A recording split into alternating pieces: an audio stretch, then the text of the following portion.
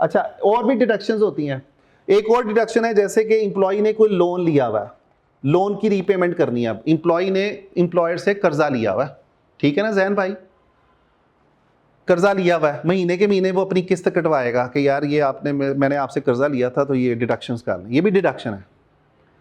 फिर यूके के अंदर एक डिडक्शन होती है काउंसिल टैक्स की, ठीक है, जहां पे आप रहते हैं ना, वो महीने के महीने ये जो आपकी स्ट्रीट लाइट्स और ये गार्बेज उठाना, क्लीनिंग करना, वहां पे उसको बोलते हैं काउंसिल टैक्स। कुछ इलाकों में इसको म्यूनिसिपैलिटी टैक्सेस भी बोलते हैं। Council tax most common word है। अब लंदन के अगर अंदर आप रहते हैं तो आपने भाईजान लंदन में रहना है, सफाई सुथराई में भी कंट्रीब्यूट करेंगे। जैसे यार हम महीने के महीने सफाई वाले को नहीं देते पैसे, गली साफ करने आता है, या वो जो आपका गार्बेज उठाने वाला आता है, या आपकी स्ट्रीट लाइट्स को ठीक करने के लिए आता है, वगैरह वगैरह। पानी का खर्चा जो आपको लोकल म्यूनसिपैलिटीज़ दे रही होती है, पानी जो आपका जो टैंकियाँ लगी हुई हैं, ठीक है, उसकी मद में ना आपको काउंसिल टैक्स देना पड़ता है।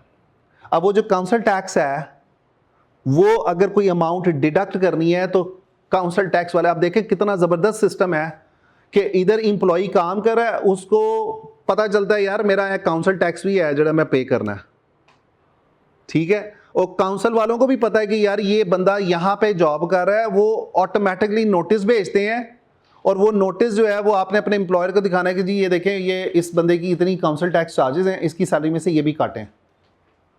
ये नहीं है कि आप पे करेंगे, आपको याद आएगा तो पे करेंगे, वो ऑटोमेटिकली वो आपकी सैलरी में से माइनस हो जाएगा। उसके अलावा और डिडक्शंस ही,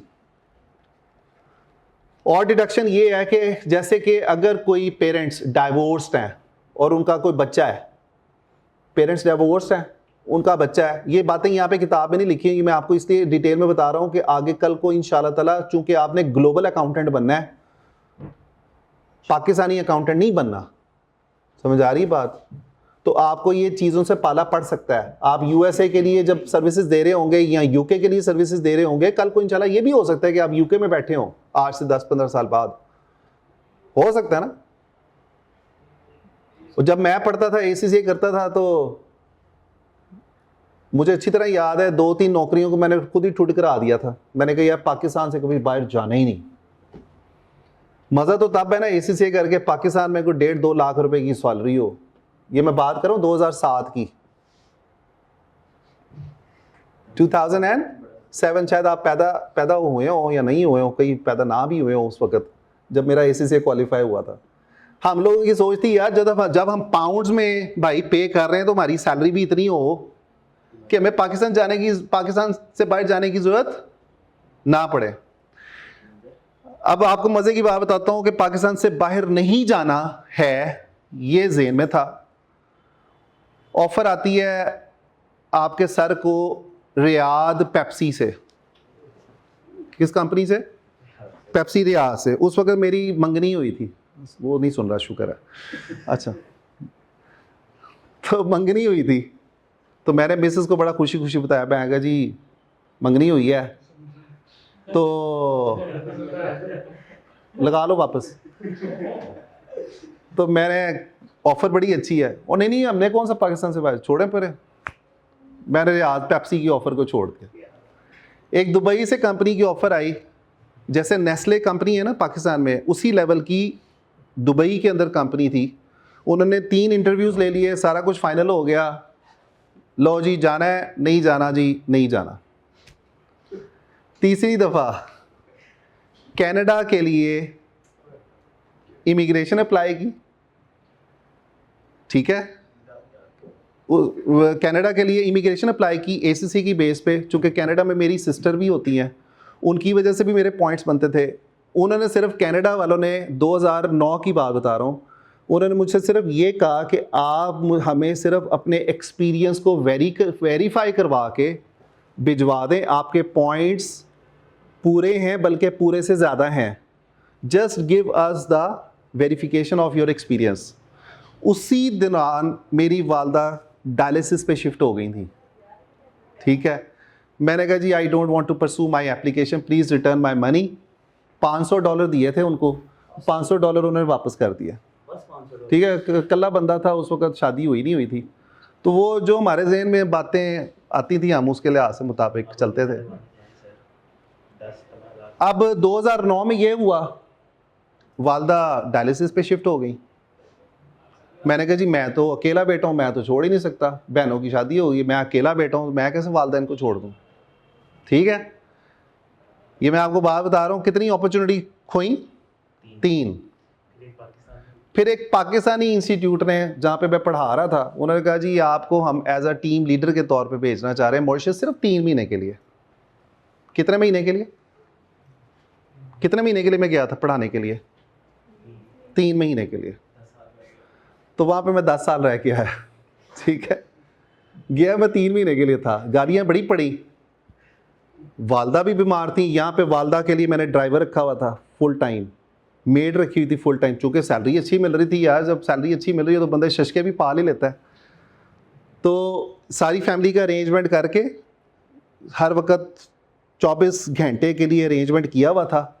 वाइफ को इधर छोड़ा, ये उस वक्त 2 महीने का था।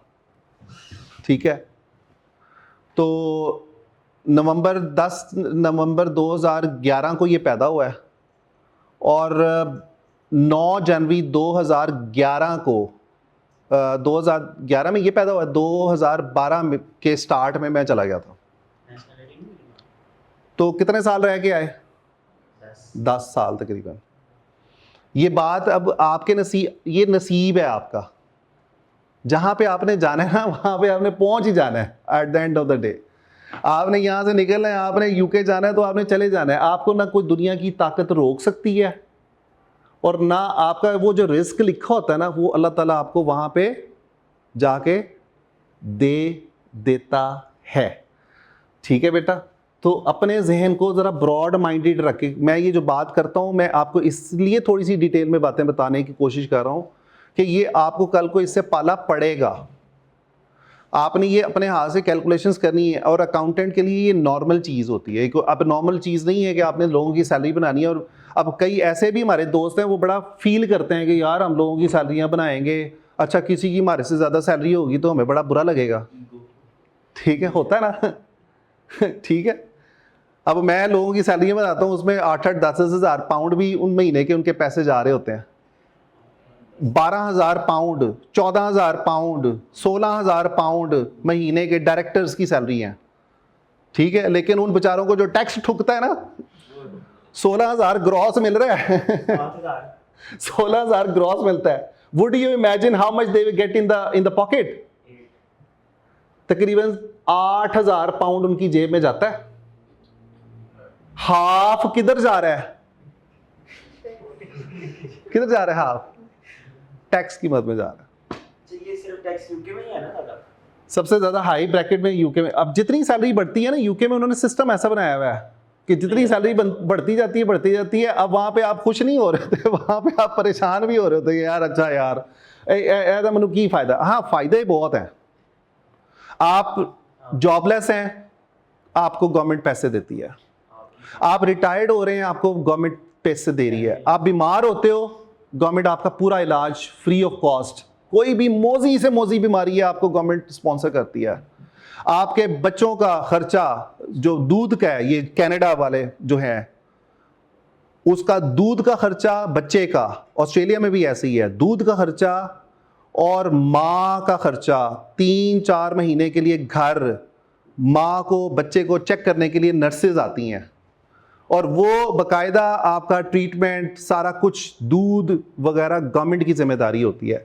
ये जो आपके टैक्सेस वगैरह ये आपको जो नज़र आते हैं ना, ये हज़रत उमर फारूक रज़ी अल्लाह तआला ने जो चीज़ें बनाई थी, जैसे बच्चे का दूध का खर्चा, माँ का ख्याल करना, वो सारे का सारा ये हमारे जो सहाबा कराम है ना, उनसे इन्होंने ये ड्राइव करके तो अपना सिस्टम बनाया हुआ है।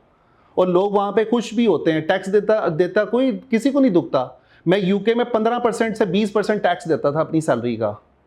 जो मैं कमाता था उसका 15 से 20% क्या देता था? टैक्स देता था। लेकिन इसलिए टैक्स देता था कि यार मेरे बच्चों की एजुकेशन फ्री है। कब तक फ्री है? ग्रेजुएशन तक फ्री है। ओ लेवल फ्री है, ए लेवल फ्री है, top notch universities, public universities government की सारी फ्री हैं, चाहे वो फॉरेनर का बच्चा है चाहे उनके लोकल का बच्चा है, दे डोंट डिफरेंशिएट। समझ आ रही है बात? आप बीमार होते हो, अल्लाह ना करे 100 दफ़ा ना करे, कैंसर भी आपको डायग्नोज हो गया, तो गवर्नमेंट की जिम्मेदारी है कि वो आपका इलाज कराएगी। हाँ, वो अलग बात है कि वो थोड़ा सा वेटिंग में आपको जाना पड़ता है, ये वो यूके में भी आपको वेटिंग में जाना पड़ता है। ये नहीं है कि आप गवर्नमेंट हॉस्पिटल चले जाओ, आपको मेरे जी पथरी है जी गुर्दे में, वो निकाल दें, वो कहेंगे भाई बाकी भी लोग हैं लाइन में, आप अपना वेट करें और फिर हम आपका ट्रीटमेंट करेंगे। मेरी सिस्टर हैं कनाडा में, होती हैं, बेचारी को आजकल स्टोन हुआ है किडनी में, उनकी सर्जरी हुई है बाकायदा, वो चूँकि वो निकल नहीं सकता था, उन्होंने सर्जरी करके निकाला, लेकिन 3 महीने का डॉक्टर ने टाइम दिया हुआ, चूँकि उनके पास इंश्योरेंस कॉन्ट्रीब्यूशन है ना, लोगों के इंश्योरेंस के पैसे भी हैं, वो इंश्योरेंस भी हुई है, गवर्नमेंट की जिम्मेदारी है।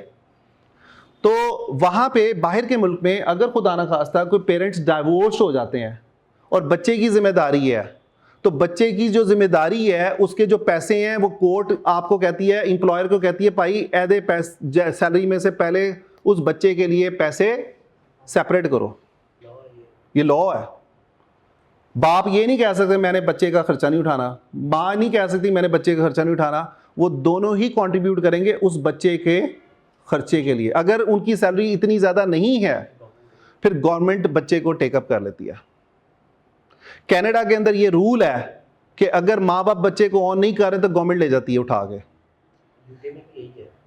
गवर्नमेंट पालती है उनके अपने, मजाक नहीं कर, वहाँ पे तो खैर शादी का कॉन्सेप्ट ही नहीं है, लेकिन ये है कि आप बच्चे को ऑन ही नहीं कर रहे, माँ बाप उनके भी वैसे ही है ना, तो वो कौन से हमारे पाकिस्तानी माँ बाप हर वक्त मुर्गी की तरह पर फैलाए बैठे होते हैं माँ बाप के, यार साडा बच्चा है। यहाँ पे तो शादी करने के बाद भी माँ बाप बेचारे परों में ही छुपाए बैठे होते हैं। वहाँ पे ऐसा नहीं है, वहाँ पे 16 साल का बच्चा कहता है माँ बाप tata bye bye, I am leaving you home, you live your life, I live my life, tata bye bye. गोरा ये करता है। बच्चा पैदा होता है, 3 दिन का बच्चा माँ छोड़ के नर्सरी में आ जाती है और जॉब पे चली जाती है। फॉर एग्जांपल अगर वो इस काबिल है कि वो जॉब कर सकती है, या महीने बाद 2 महीने बाद नर्सरी में छोटा बच्चा छोड़ा जॉब पे, माँ बाप शाम 5 बजते हैं बच्चा लेते हैं घर आ जाते हैं, सारा दिन वो नर्सरी में, उसका दूध पैम्पर सारा कुछ वो नर्सरी में ही उसका बेचारे का हो रहा। उस बच्चे की और माँ बाप की उसकी क्या एफिलिएशन होगी बताएं? होगी कोई? नहीं होती। अच्छा, हम पाकिस्तानी एक्सट्रीम है, ब्याह कर लेता है फिर भी पीछे पीछे हमारे बच्चे की नौकरी लग, अच्छा पहले बच्चे को पढ़ा लो ओदी टेंशन, बच्चे की शादी हो जाए ओदी टेंशन, वो बल्कि ज़्यादा टेंशन हो जाती है माँ बाप को, ठीक है।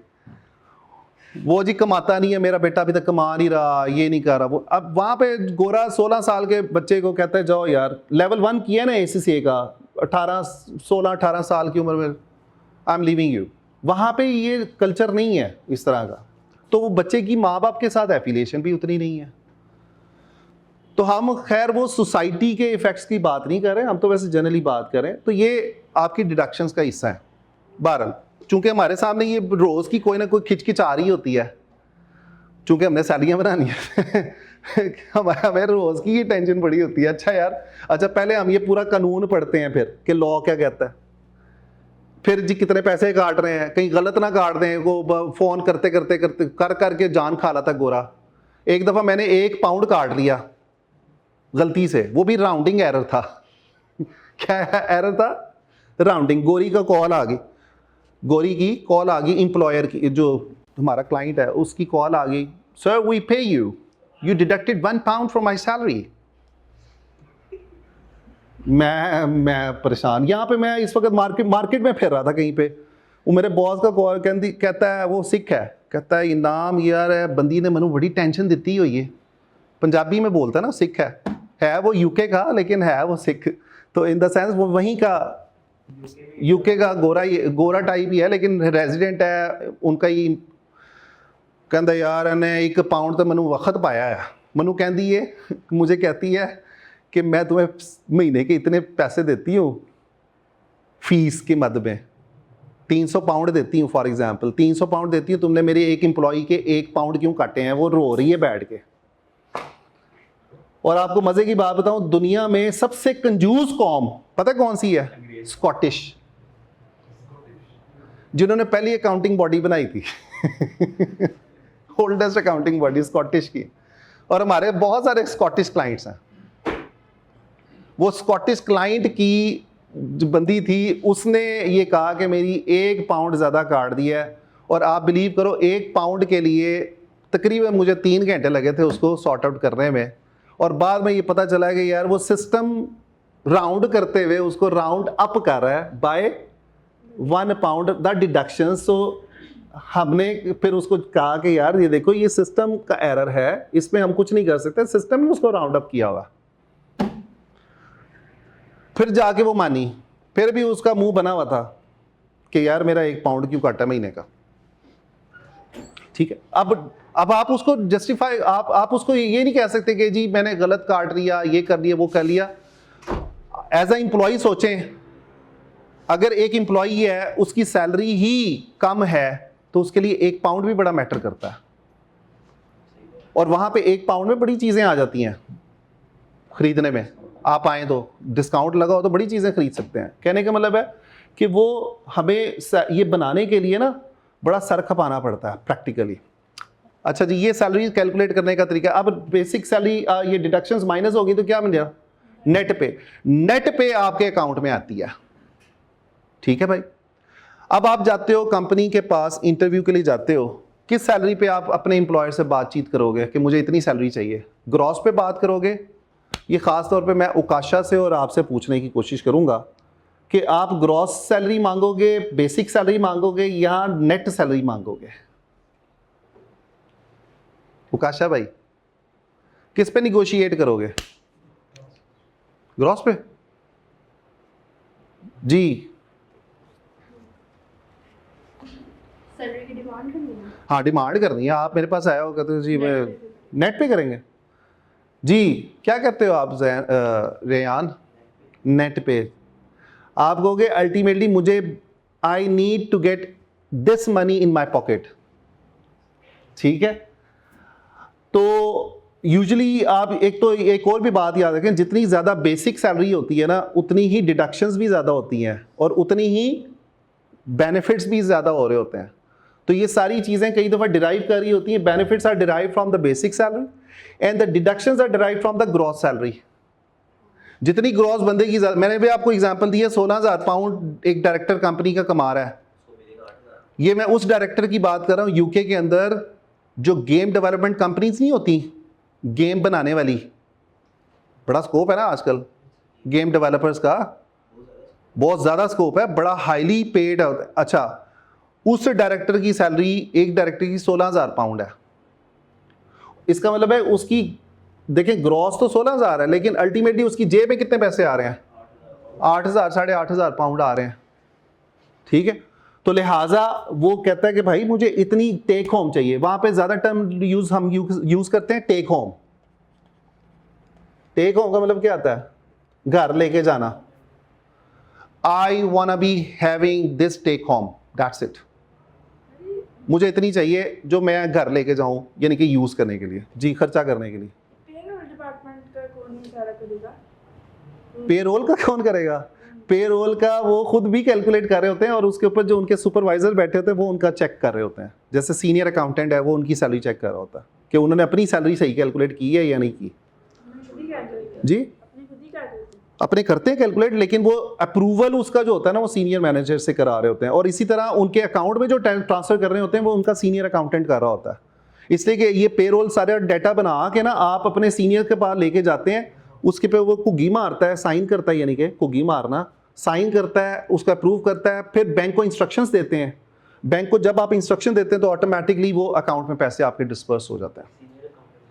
तो सीनियर जो आपका सुपरवाइजर है, यार जैसे चार्टर्ड अकाउंटेंट है फॉर एग्जांपल कंपनी का, payroll department is something which is sub section of accounting department, you can think about like.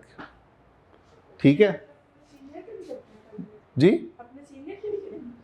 Senior की भी कैलकुलेशन होती है। आपके जितने भी इंप्लॉइज हैं वो सारा पेरोल डिपार्टमेंट देख रहा होता है। और ये सेंसिटिव डाटा होता है, ये बड़ा सेंसिटिव होता है, सैलरी का मैटर बड़ा सेंसिटिव होता है। वो कहते नहीं है कि खातून से एज ना पूछो और बंदे से सैलरी ना पूछो। अब घर जाके अपने वालिद साहब से ना पूछने बैठ जाना, बाबा कितना प्रोविडेंट फंड देते हैं, बाबा सैलरी कितनी आती है, ये ना पूछने बैठ जाना। बाप माइंड करते हैं बेसिकली। तो अक्सर औकात पाकिस्तानी कंपनियां ये कर रही होती हैं, ओए मनु पता है तेरी सैलरी कितनी है, उनको लीक हो जाती है चीज़ें। लेकिन ये सेंसिटिव डाटा होता है, इसको आपको you should not be knowing about the salary of any other employ, but the payroll department के सामने से सारी चीज़ें गुजर रही होती हैं सैलरीज और वेजेस के हिसाब से, तो उनको पता चल ही जाता है। उसका अप्रूवल, उसकी पेमेंट करना कोई बड़ा मसला नहीं है, लेकिन आपको 3-4 दफ़ा चेक करना पड़ता है कि उन्होंने सही सैलरीज और वेजेस कैलकुलेट किए हैं कि नहीं की। ये ना हो कि कोई डमी एम्प्लॉय बना के आप उसके अकाउंट में भी पैसे भेजी जा रहे हो, वो तो फ्रॉड के ज़िम्मे में आ जाता है। ये पेरोल फ्रॉड कहलाता है। आगे चलते हैं जी। इसके बाद हमारी बात आती है किसकी? इसके बाद आती है वेजेस की।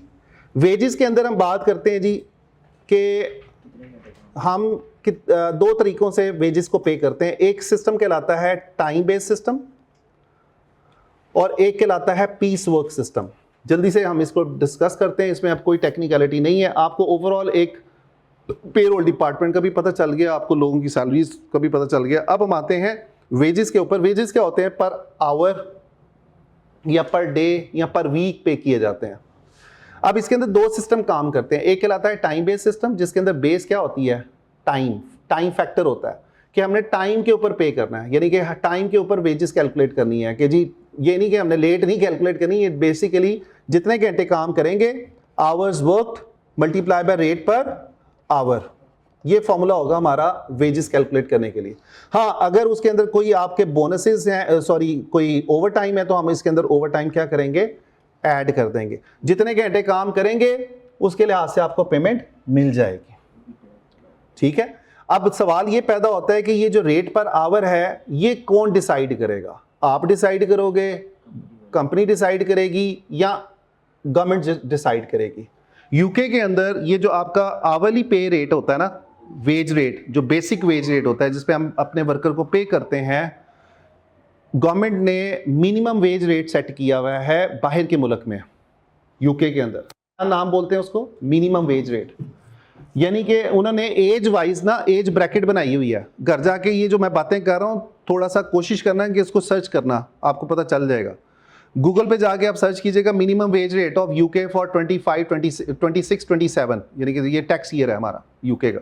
तो खैर आपको पता चल जाएगा। वहाँ पे ना उन्होंने एज ब्रैकेट बनाई हुई है कि अगर आप 18 साल से 20 साल की उम्र में हैं, 20 से 22 की उम्र में हैं, 22 से ऊपर हैं या 25 से ऊपर हैं, तो आपकी इतनी वेज रेट होना चाहिए मिनिमम। तो गवर्नमेंट मिनिमम वेज रेट की बेस पे आपको कंपनियों को ये होता है कि उन्होंने अपना रेट जब एग्री करना होता है तो कम से कम मिनिमम वेज रेट को मीट करना होता है। ऑब्वियसली आप उससे ज़्यादा दे सकते हो, मिनिमम से ऊपर दे सकते हो, लेकिन उसको एज अ रेफरेंस के तौर पे हम ज़रूर देख रहे होते हैं कि हमारा मिनिमम वेज रेट क्या है। नोट किया कि नहीं? उसके बाद हम आते हैं जी टाइम बेस्ड सिस्टम में, तो हम आवरली पे कर रहे होते हैं। और उसके बाद हमारे पास एक और सिस्टम है जिसको हम बोलते हैं piece work system. Piece work system के अंदर हम अपने कैसे वेजेस कैलकुलेट करते हैं? वेज रेट हम डिसाइड करते हैं on the basis of number of units produced.